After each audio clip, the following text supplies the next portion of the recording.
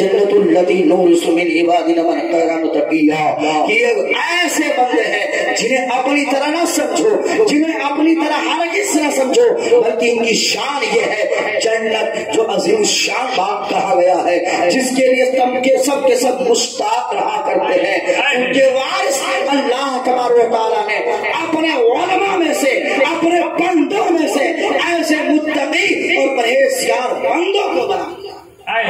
یہ علماء کرام کی جماعت صرف جنت کے وارث ہی نہیں بلکہ قرآن عظیم کے اندر آیا ہے یہ روئے زمین کے بھی وارث ہیں۔ اس لیے میں آپ سے گزارش کرتا ہوں، اچانک علامہ عبد المصباحی نور اللہ مرقدہ کی رحلت ہمارے لیے بھی صدمہ ہے، سب کے لیے صدمہ کی بات ہے، لیکن جن کو جانا ہے وہ مرضی خدا کے تحت جاتے ہیں۔ ہمیں افسوس تو کرنا ہے، ساتھ ساتھ ان کے بتائے ہوئے خطوط پر عمل بھی کرنا ہے۔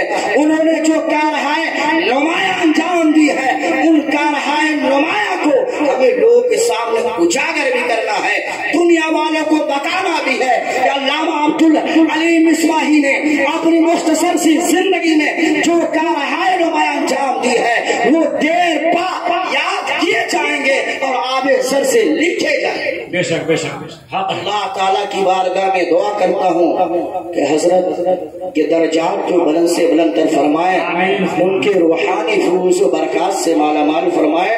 وما علینا بالبلاغ، السلام علیکم۔ جزاک اللہ۔